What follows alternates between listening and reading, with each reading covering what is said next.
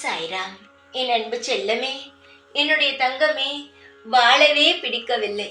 எப்பொழுதும் எனக்கு விரக்தியாகத்தான் இருக்கிறது. நானும் எல்லா தெய்வத்திடமும் கேட்கிறேன். ஆனால் ஒரு தெய்வம் கூட எனக்கு உதவியே செய்யவில்லை. நான் சாயை மட்டும் வணங்கவில்லை.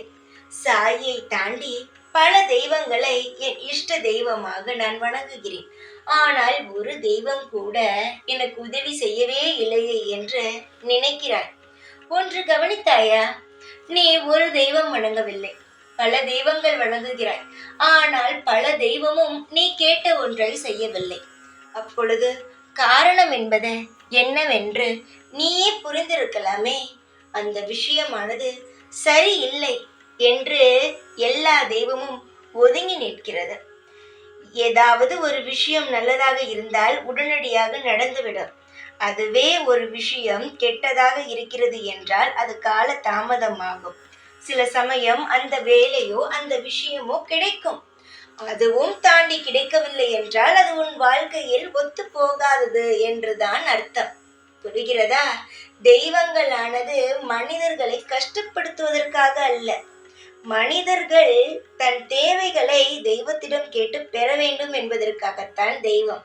நீ கேட்டும் ஒரு விஷயம் கிடைக்கவில்லை என்றால் காரணத்தை புரிந்து கொள். அது நம் வாழ்க்கையில் வந்தால் மிகப்பெரிய பிரச்சனையை அதால் சந்திப்போம் என்ற ஒரே ஒரு காரணத்திற்காகத்தான் தெய்வமானவன் தராமல் இருக்கிறான். அதனால் கவலைப்படாதே தங்கமே. கிடைக்கவில்லை, நாம் வேண்டியது நடக்கவில்லை என்று நினைக்காதே. நடக்கும். ஒரு நாள் உனக்கு பிடித்த மாதிரி, உன் வாழ்வுக்கு தகுந்த மாதிரி செயல்களானது நடக்கும். அப்பொழுது நீயே புரிந்து கொள்வாய். நம்மை விட நம் தெய்வமானது நமக்கு நல்லபடியாக யோசித்துதான் வாழ்க்கையை தந்திருக்கிறது என்று அப்பொழுது உணர்வாய். இப்பொழுது நீ சிறு பிள்ளை, அதனால் எதுவுமே தெரியாது. நான் செய்வது அனைத்துமே உனக்கு தேவையில்லாத வேலையாகத்தான் இருக்கும்.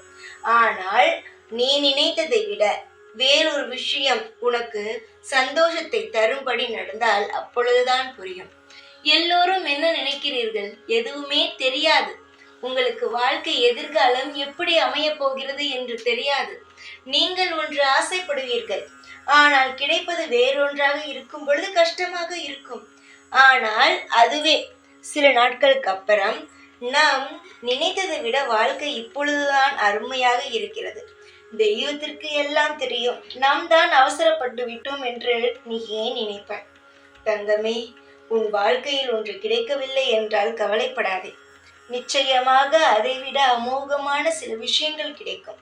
ஆரம்ப காலத்தில் கஷ்டமாகத்தான் இருக்கும். ஆனால் உன்னை விட அக்கறை அதிகமானது தெய்வத்திற்குத்தான். தெய்வத்திற்கு நீ சொல்லிக் கொடுக்காதே. தெய்வம் எல்லாம் தெரிந்தது, உன்னுடைய வாழ்க்கையையே எழுதியது. அதனால் எது நடக்கிறதோ அதை வேடிக்கை மட்டும் பார். நிச்சயமாக உனக்கான நல்லது நடக்கும். தைரியமாக இரு. எப்பொழுதும் உன் கூடவே இருப்பேன்.